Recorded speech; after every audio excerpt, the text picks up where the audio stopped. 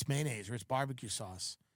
The size of some of the Costco products shows some of the biggest Costco products.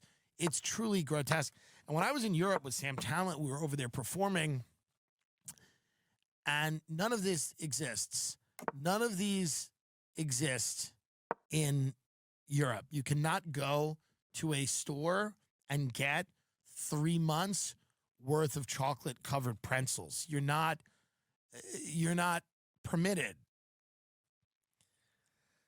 I think we got to stop allowing certain things, and this is kind of one of the things, unfortunately, that I think we're going to have to stop allowing. I think this is probably, and this is where my libertarian streak, it hits a little bit of the wall, because I do think that in the food space,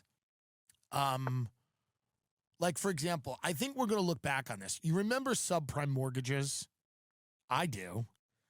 And they were all adjustable rate mortgages. You would take a mortgage, and then a few years later, the rate that you had would quadruple. It would double, triple, quadruple. And then you could no longer pay the mortgage. We all look back on that. And we go, why the fuck would we give someone a mortgage that was cheap for 2 years and then wildly more expensive just 24 months later?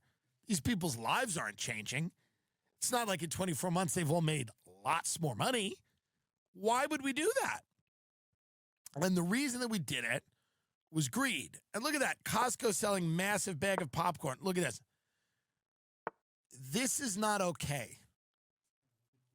I think we're going to look back on this and say this is not okay, that we let the companies not only poison the food. I mean, look at that. Look at that. Go to that cart that woman has a child sitting on that. Now, yes, there's a lot of water here and Tide and detergent, and like it's there's a lot of water and stuff, but there's also going to be a lot of food on there. She's just warming up. People have like these.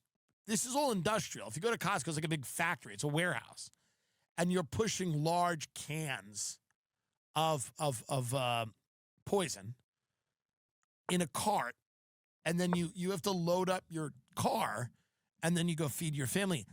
I don't think that, and it marries a lot of the trends in America. Like, a lot of people are preppers, a lot of people are preparing, and maybe they're not even stupid. Who knows?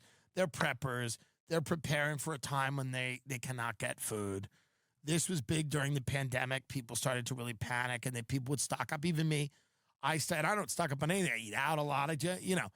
I usually don't freak out. I don't think that, like, we're not going to be able to get, like, Kraft mac and cheese.